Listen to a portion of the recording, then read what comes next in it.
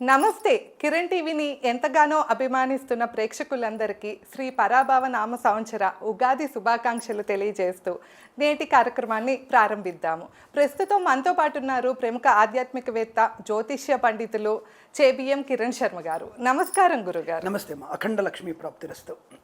గురుగారు, మనం 2026 రాశి ఫలితాలు చేసినప్పుడు అయితే ఎంతో ప్రేక్షక అభిమానం వచ్చింది గురుగారు. ఎంత పాజిటివ్ కామెంట్స్ వచ్చాయో మనకి. సో ఈసారి కూడా మనం ఉగాది పంచాంగం ముందుగా మీతో చేద్దాము అని పిలిచాం గురుగారు. సంతోషం. ఒకటేంటంటే పాజిటివ్గా వచ్చిందంటే పాజిటివ్గా మాత్రమే చెప్పాలని మీ అర్థం ఏమన్నా? కాదు గురుగారు, అంటే మనం ఉన్న విషయాన్ని ముక్కుసూటిగా చెప్పగలిగేటువంటి తత్వం నాది. ఎందుకంటే ఇప్పుడు ఒక చెడు చెప్తున్నప్పుడు, ఒక జరుగుతుందని చెప్పినప్పుడు గట్టిగా చెప్పాలి. సపోజ్ నేను చాలాసార్లు మద్యపాన సేవన చేయకండి అని చెప్పి కొద్ది గట్టిగా చెప్తాను. అదే మద్యపాన సేవన చేస్తే మీ కాలో చేయి విరిగిపోతుందని గట్టిగా చెప్తాను. అలాంటప్పుడు ఇప్పుడు మీ తల్లి అయినా, ఇప్పుడు మీ కుమారుడు ఉన్నాడు, కుమారుడికి అలాగే చెప్తారుగా, కూతురుకి అలాగే చెప్తారుగా, ఒక పోలీసు అలాగే చెప్తాడు, జడ్జి అలాగే చెప్తాడు. అలాగే నేను కూడా అలాగే చెప్తాను, కొద్దిగా ఫోర్స్గా చెప్తాను. అరే మీరు అనవసరం మందు కొట్టి మీరు మీకేమైనా అయినా మాకు అభ్యంతరం లేదురా, మీ వల్ల ఇంకొకళ్ళకి ప్రమాదం జరుగుద్దని చెప్పడం నా ఉద్దేశం. అలా చెప్తుంటాను. కాబట్టి కొంతమందికి అది కొద్దిగా పరుషవాక్యాలుగా ఉన్నాయని బాధపడేవాళ్ళు అయినా సరే ఆ తల్లిదండ్రులను యాక్సెప్ట్ చేస్తారు. ఎందుకంటే అవును, ఈ సమాజంలో ముక్కుసూటిగా ఏదో అంటారు కదా మనకి అడ్వర్టైజ్మెంట్, సూటిగా సుత్తి లేకుండా స్ప్రైట్ లాగా చెప్పాలనేటువంటి భావన అది ఎక్కువగా ఉంటుంది. అదే గురుగారు, అంటే తప్పు చెప్పే వాళ్ళకి భయం ఉంటుంది కానీ నిజం చెప్పే వాళ్ళకి భయం ఉండదు మీలాగా.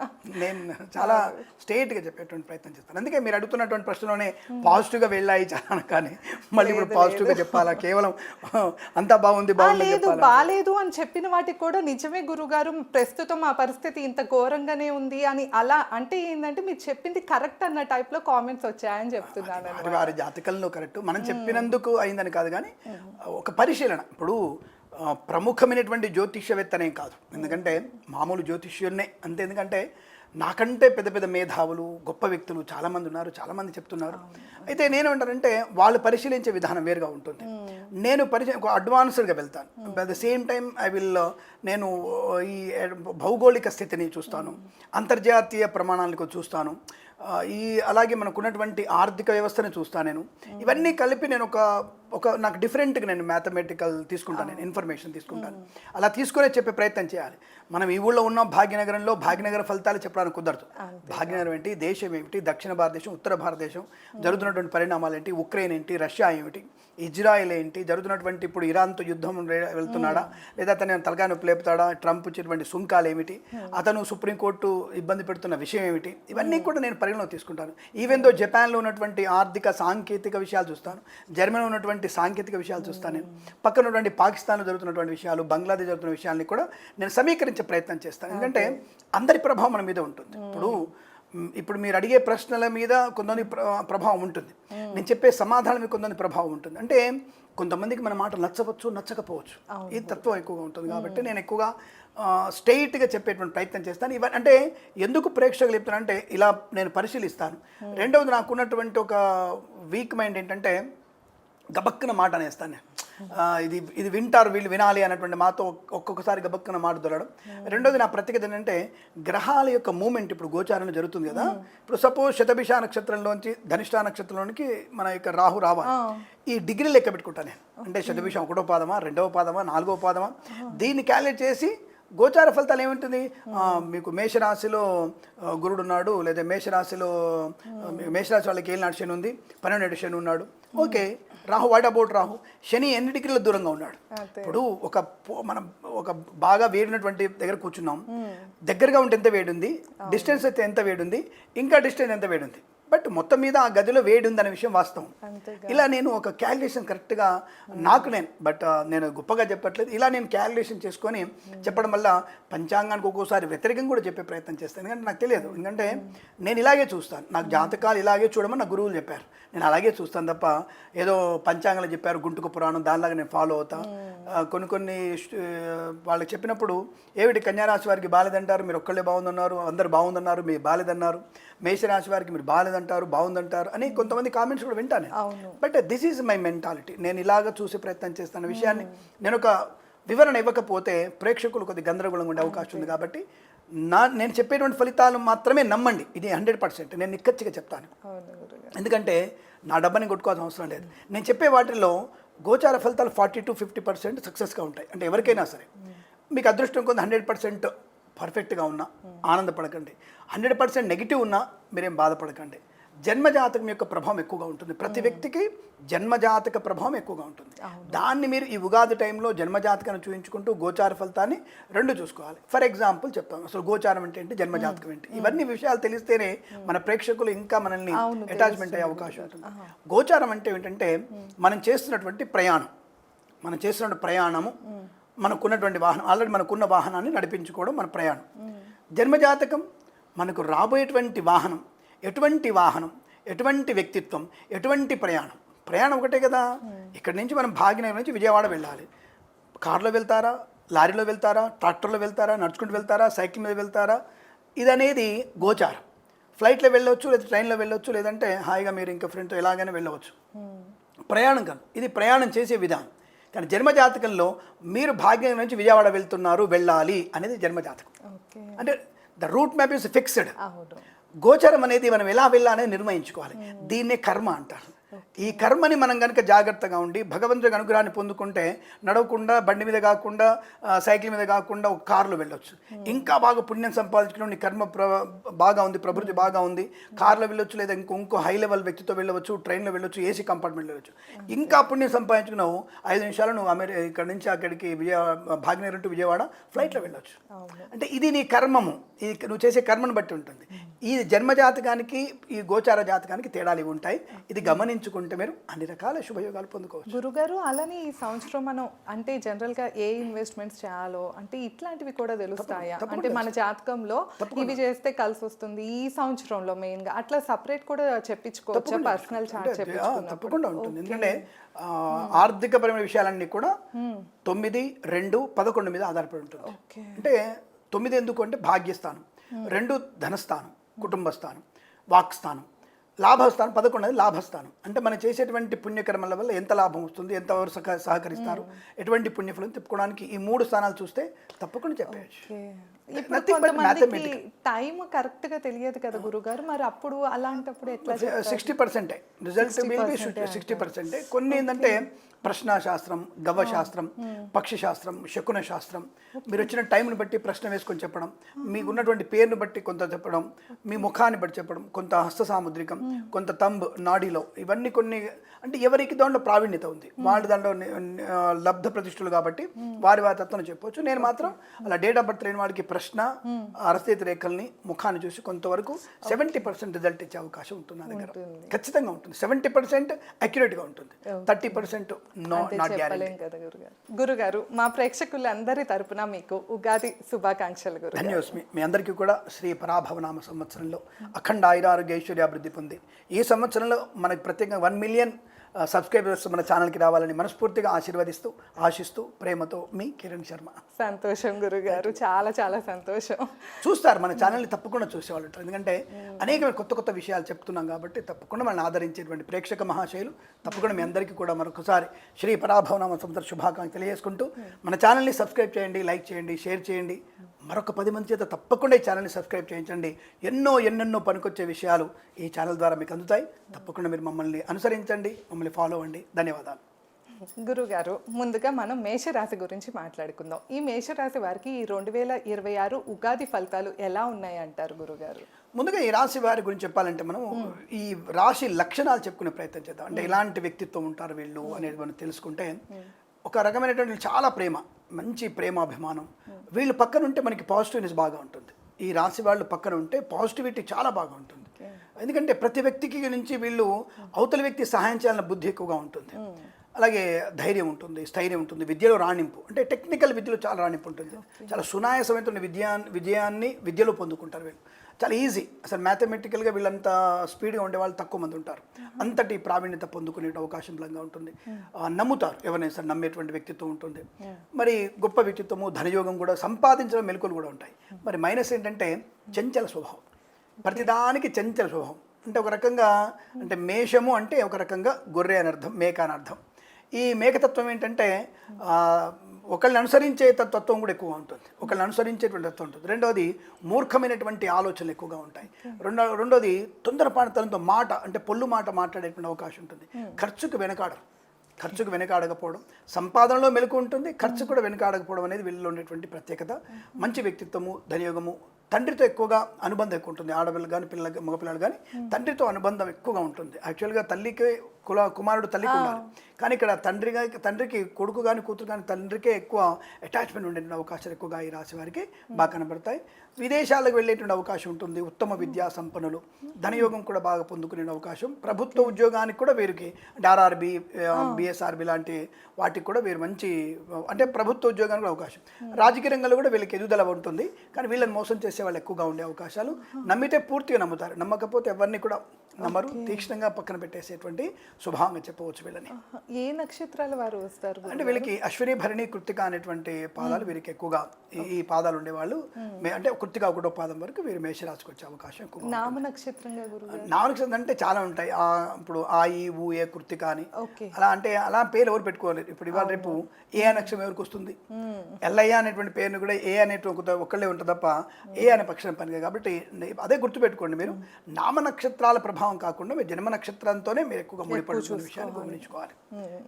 అలాగే శ్రీ పరాభవనామ సంవత్సరంలో ఈ రాశి వారికి ఎలా ఉంటుంది అంటే 11 ఆదాయంగా ఉంది, 5 ఖర్చు ఉంది. ఇక్కడ చాలా ఆనందపడతారు అందరూ కూడా, చాలా సంతోషపడే అమ్మయ్య 11 రూపాయల ఆదాయం ఉంది, 5 రూపాయల ఖర్చు ఉంది. అలాగే వీరికి రాజపూజ్యం అనేది 2 ఉండి అవమానం ఎక్కువగా ఉంది.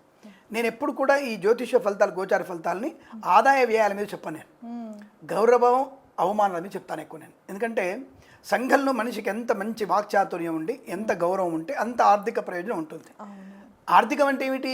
నోట్ల కట్టలు మాత్రమే కాదుగా, కానీ దాంట్లో వాళ్ళు సువర్ణం కొనేది ఉందా, లేదా మంచి గౌరవాన్ని పొందుకుంటున్నారా? సంఘంలో ఒక్కసారి మంచి పేరు వచ్చిన తర్వాత మంచి పేరు నిలబెట్టుకునే తత్వంతో వీళ్ళు పోరాడుతూనే ఉంటారు. కానీ ఆ మంచి పేరు వచ్చేంత వరకు ప్రయత్నం చేయాలి. వీరికి ఈ సంవత్సరంలో ఆదాయ వ్యయాలు ఎక్కువ తక్కువలు ఉన్నా గౌరవ మర్యాదలకి లోటు ఎక్కువ ఉంది కాబట్టి చాలా జాగ్రత్తగా ఉండాల్సిన అవసరం ఉంటుంది. స్వయం కృతాపరాధాలు ఎక్కువగా ఉంటాయి. But those the people are expectation for appreciation. So వీళ్ళు అప్రిషియేషన్ని ఎక్స్పెక్ట్ చేస్తూ ఉంటారు బాగా ఈ సంవత్సరంలో. అది మీకు ఈ సంవత్సరం రావడం కష్టం. శ్రమ బాగా పడతారు, చాలా శ్రమ ఉంది, కష్టం ఉంది. ఉద్యోగంలో కదా ఒత్తిడి ఉంటుంది, కానీ ఉద్యోగ మార్పు కోసం మాత్రం ప్రయత్నం చేయకూడదు, జాగ్రత్తగా ఉండే ప్రయత్నం చేయాలి. అందులో ఈ గోచార ఫలితాలు ఎలా ఉన్నాయంటే ఈసారి గురుడు యొక్క ప్రభావం చేత గురుడు మిథునంలోంచి కర్కాటకంలోంచి శివంలో కూడా వెళ్తున్నాడు. దాన్ని అతిచారం అంటారు, అంటే ఎక్సీడ్ జర్నీ అంటారు. ఆయన ఎప్పుడు చేయడు ఇట్లా, తక్కువ ఎప్పుడో 10 ఏళ్లకు 12 ఏళ్లకు ఉంటుంది, అంటే అతిచారం అంటారు దాన్ని. అతిచార ఫలితాల గురించి మీరు వెళ్తున్నప్పుడే ఈసారి అన్ని రాష్ట్రాల వారికి గందరగోళ పరిస్థితి ఏర్పడింది. అంటే ఒకసారి బాగుంది, ఒకసారి బాగాలేదు అనే విషయం. ఇప్పుడు వీడికి ఉంది మేషరాశి వారికి. జూన్ వరకు చాలా బాగుంది. రైతులకు కానీ, పూలు పళ్ళు కూరలు పండించే వారికి కానీ, సూపర్ మార్కెట్, కిరాణా వ్యాపారం కానీ, ఆటోమొబైల్, ఎలక్ట్రికల్, విద్యాలయ, వ్యాయామ, చిట్ ఫండ్, ఫైనాన్స్ వ్యాపారంలో, అలాగే ఈవెంట్ చేసేవారికి కానివ్వండి, మత్స్యకారులకి, రొయ్యలు, చేపలు చెల్లే వారికి, రైతులకి 2 పంటలు సమానంగా ఉన్నాయి, పెద్ద గొప్పగా ఆదాయం లేదు. టొమాటో, అలాగే క్యారెట్, కందులు, తైదలు, సజ్జలు, తర్వాత క్యాబేజీ, అలాగే బీట్రూటు, ఇలాంటి వరి వంగడాలు, ఇలాంటి పంటలు వీరికి బాగా పండే అవకాశం ఉంటుంది. పొద్దుతిరుగుడు పువ్వు కూడా. అలాగే వీరికి ఇంకోటి మైనస్ ఏంటంటే జూన్ తర్వాత వచ్చేసరికి తొందరపాటుతనము, నష్టపోవడం, మాట ఇవ్వడం, అనవసరంగా మాట కోల్పోవడం, ఇది ఎక్కువగా ఉంటుంది. ఎందుకంటే చతుర్థంలోకి గురుడు వెళ్ళిపోతాడు. వెళ్ళినప్పుడు అక్కడ వీరికి ఆర్థిక విషయాల్లో కొద్ది వెసులుబాటు లేకపోవడం, విచ్చలవిడి ఖర్చు, అక్రమమైనటువంటి సంపాదనలు, అక్రమమైన సంబంధాలు కూడా వెళ్ళి ప్రమాదంలో పడేసే అవకాశం. భార్యాభర్తల మధ్య విభేదాలు రావడం, పెళ్ళిళ్ళని కూడా కాస్త ఇబ్బంది పడడం, కోర్టు వివాదాలు ఇబ్బంది కలిగించడం, ఇవి కూడా జరిగే అవకాశం ఉంది. మళ్ళీ అక్టోబర్ నుంచి మళ్ళీ గురుడి యొక్క శుభయోగాలు బ్రహ్మాండంగా ఉన్నాయి. తప్పకుండా ధనయోగం ఉంటుంది, వ్యవహార లాభం ఉంటుంది, ఆనందంగా ఉంటుంది. మళ్ళీ జనవరి నుంచి మళ్ళీ ప్రాబ్లంతో మళ్ళీ ఎదుర్కొనే అవకాశం. అంటే ఇట్లా వీరికి గందరగోళమైనటువంటి ఫలితాలు ఈ సంవత్సరం కనబడుతున్నాయి. కాబట్టి జూన్ వరకు ఏదైనా మీకున్నటువంటి ముఖ్యమైన విద్య, ఉద్యోగ, వ్యాపార విషయాల్లో జూన్ వరకు ఎక్కువగా మీ వైపు తిప్పుకునే ప్రయత్నం చేసి జూన్ టు అక్టోబర్ వరకు చాలా జాగ్రత్తగా ఉంటూ మౌనంగా ఉండే ప్రయత్నం చేస్తే శుభకరమైనటువంటి యోగాలు పొందుకునే అవకాశం. అక్టోబర్, నవంబర్ 2 నెలల్లో కూడా మీకు ఆర్థిక ప్రయోజనాలు ఉన్నాయి, గృహలాభం ఉంది, వివాహ యోగం ఉంది, సంతాన యోగం ఉంది, అలాగే విదేశీయానం ఉంది, ఉత్తమమైన వ్యక్తులతో పరిచయాలు కూడా బలంగా ఉన్నాయి. Share market, speculation, communities, crypto currency, bit coins లాంటి వల్ల జూన్ వరకు లాభాలు ఉన్నాయి. జూన్ టు అక్టోబర్ పూర్తి స్థాయిలో సంపాదించి 100 అయితే నష్టపోయేది 1000. జాగ్రత్త. ఇప్పుడు మీకు ఫలితాలు చెప్పాయి కదా, మీరు ఎలా ఉండాలో మీకు తెలిసిపోతుంది. బాబు ఈ సబ్జెక్ట్లో మీరు ఫెయిల్ అవబోతున్నారు, జాగ్రత్తగా అని చెప్తున్నాం మేము. కాబట్టి ఆ విషయంలో జాగ్రత్త ఉండండి. జూన్ లోపలనే మీకు ఉన్నటువంటి అకాడమిక్ పరీక్షలు కానీ, competitive IELTS, GRE, TOEFL, GMAT, SAT లాంటి పరీక్షలు ఉంటాయి. వీటన్నిటిలో కూడా ముందే జూన్ లోపలనే మీరు రాసేయండి. జూన్ తర్వాత నుంచి మీ ప్రయత్నాలు అంటే జూన్ ఫస్ట్ నుంచి కాకుండా మేనే మీరు ప్రయత్నాలు మొదలు పెడితే కనీసం ఆగస్టులో వెళ్ళే అవకాశం ఉండవచ్చు. మరి నవంబర్ దాకా అక్టోబర్ దాకా బాలేదన్నారు కదండి అంటే నవంబర్ డిసెంబర్ బాగుందిగా, ఆ టైంలో మీరు విదేశాలు వెళ్ళే ప్రయత్నం ఉంటుంది. అటువంటి ప్రయత్నాన్ని చేయండి. అలాగే షేర్ మార్కెట్లో పెట్టుబడి పెట్టే విషయంలో దీర్ఘకాలిక పెట్టుబడి పెడితే లాభాలు బలంగా ఉంటాయన్న విషయాన్ని గమనించుకుంటే చాలా మంచిది. మాతృ సౌఖ్యము పితృ సౌఖ్యం కూడా ఉంది. తీర్థయాత్ర చేసే అవకాశం ఉంది కదా గురుగారు. ఇప్పుడు 12 అంటే శని స్థిరంగా ఉండిపోతుంది వీళ్ళకి.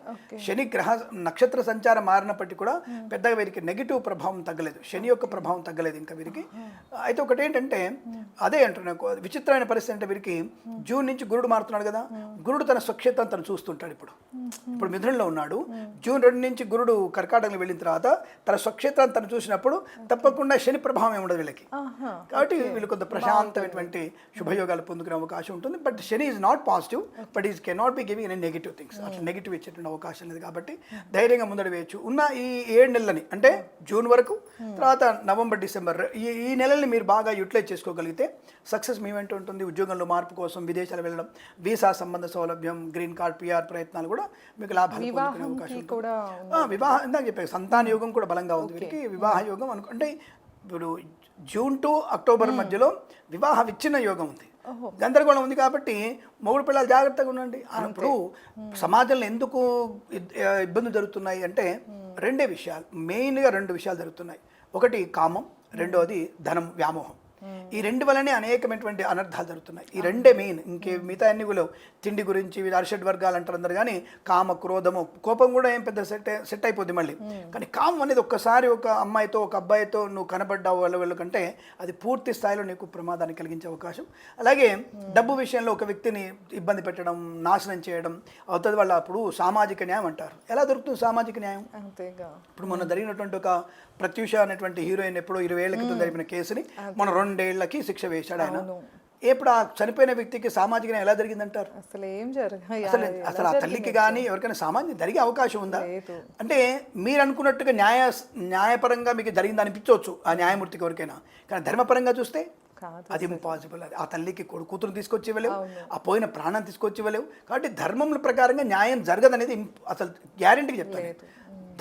ధార్మికపరమైనటువంటి న్యాయం ఎవరికి జరగదు. ఒక అన్యాయమైన చెడ్డ పని వల్ల జరిగినటువంటి పొరపాటు వల్ల న్యాయం మళ్ళీ ధర్మ ప్రకారం న్యాయం జరగదు. ఏదో సామాజిక న్యాయము, ఆర్థిక న్యాయము, లేకపోతే కోర్టు పరంగా న్యాయ వ్యవస్థలో న్యాయం జరుగుతుంది అనుకుంటున్నారు మీరు, కానీ అది కాదన్న విషయం. 2 ఏళ్ళ శిక్ష వేసావు, మరి ఆయన మాత్రం చదివిపోలేదు, ఆ అమ్మాయికి ఎందుకు అంత ఎక్కువ విషయం ఇచ్చాడు, ఈయన ఎందుకు తక్కువ విషయం చదివాడు? సో ఇవన్నీ కూడా నేను ఎవరిని తప్పుపట్టండి. అసలు 2 ఏళ్ల శిక్ష దేనికి? ఇన్నేళ్ల తర్వాత ఆ 2 ఏళ్ల శిక్ష కూడా ఏస్తారు. ఈయన ట్రయల్ కోర్టులో 3 నెలలు జైలు ఉన్నాడు కాబట్టి ఆ 3 నెలలు తగ్గించేయండి. సెంట్రల్ జైలు 2 నెలలు కాబట్టి 2 తీసేయండి. మొత్తం తీసేస్తే 5 నెలలు తీసేస్తే 17 నెలలు ఉండొచ్చు. దాంట్లో ఆగస్టు వచ్చిందనుకో, ముఖ్యమంత్రులు సిఫారు చేసి మంచిగా ఉన్నటువంటి మంచి వ్యక్తిత్వం వల్ల ఆగస్టు రోజు ఆయన విడుదల చేయొచ్చు. అంటే మొత్తం మీద పడే శిక్ష 2 నెలలు 3 నెలలు. కాబట్టి ఇది సామాజిక న్యాయం కిందకి వచ్చి, అంటే నేనేదో ఆ అబ్బాయిని తప్పుపడుతున్నాను కాదు, జరిగిన సంఘటన వల్ల ఎవరికి కూడా సామాజిక న్యాయం జరిగే అవకాశం లేదు. కాబట్టి ఆ విషయం గమనించుకోండి. అప్రస్తుతమైన ఇది మన ప్రజలకి తెలిస్తే ఏది ధర్మము ఎలా ఉన్నో తెలుస్తుంది. కాబట్టి అక్రమ సంపాదన, అక్రమమైనటువంటి సంబంధాలు 2 కూడా మన జీవితాన్ని నాశనం చేస్తాయి. కాబట్టి కాస్త జాగ్రత్తగా ఉండే ప్రయత్నం చేస్తే చాలా మంచిది. సెకండ్ ఆప్షన్ నెక్స్ట్ ఏమిటంటే మద్యపాన సేవన వల్ల ప్రమాదం జరిగే అవకాశం ఉంటుంది. కాబట్టి రైడింగ్లో పిల్లల్ని జాగ్రత్తగా చూసుకోండి. మీ పిల్లలకి ₹1,00,000 బైక్ సరిపోద్ది, ఎందుకంటే అది పర్లేదు, ఏదో 100cc 125cc. కానీ మీ పిల్లవాడికి 350cc ఇస్తే మీ అబ్బాయి ప్రయాణం కూడా అది అంతకన్నా దాదాపుగా 1000cc ప్రయాణం జరుగుతుంది అక్కడ పైకి. యమధర్మరాజు కూడా 1000cc ఇస్తాడు అప్పుడు. కాబట్టి ఆ విషయాన్ని గమనించుకుంటే చాలా మంచిది. ఇంతకంటే నేను సూటిగా చెప్పడానికి ఏం లేదుగా. కాబట్టి మీ పిల్లలకి 125cc మాత్రమే సరిపోతుంది. అంతకుమించి ఆయన చేసేది, ఆ పోటుగాడు చేసేటువంటి ఆ తత్వం ఇంకోటి ఏం లేదమ్మా. ఆ స్పీడ్గా వెళ్ళి చేయాల్సినంత అర్జెంట్ పనులు అట్లా లేవు. కాబట్టి మీ పిల్లవాడు మీకు హాయిగా క్షేమంగా ఇంట్లో భోజనం తినాలనుకుంటే 125cc బైక్ కంటే ఎక్కువ బైక్ కొనియకండి. జాగ్రత్తగా ఉండే ప్రయత్నాన్ని చేయండి. వీళ్ళు ఏ దైవారాధన చేసుకోవాలి? ఒకటి సుబ్రహ్మణ్య స్వామిని ఎక్కువగా వీళ్ళు ఆరాధన చేసుకోవడం, శ్రీ వెంకటేశ్వర స్వామి ఆరాధన చేసుకోవడం. గురుగ్రహం యొక్క ప్రభావం ఎక్కువ ఉంది కాబట్టి దత్తాత్రేయ స్వామి చరిత్ర పాలన చేస్తే చాలా మంచి ప్రయోజనాన్ని పొందుకునే అవకాశాలు ఉంటాయి. వీలైతే జన్మజాతకాన్ని చూపించుకోవడం ఉత్తమంగా చెప్పబడుతోంది. తప్పకుండా గురువు గారు. అంటే వీళ్ళకి కొంచెం టైం బాగాలేదు కనుక చూపించుకుంటే కనుక ఇంకా ఎక్కువ విషయాలు తెలుస్తాయి అంటారు. ధన్యవాదాలు. శుభమస్తు. అఖండ ఐశ్వర్యమస్తు.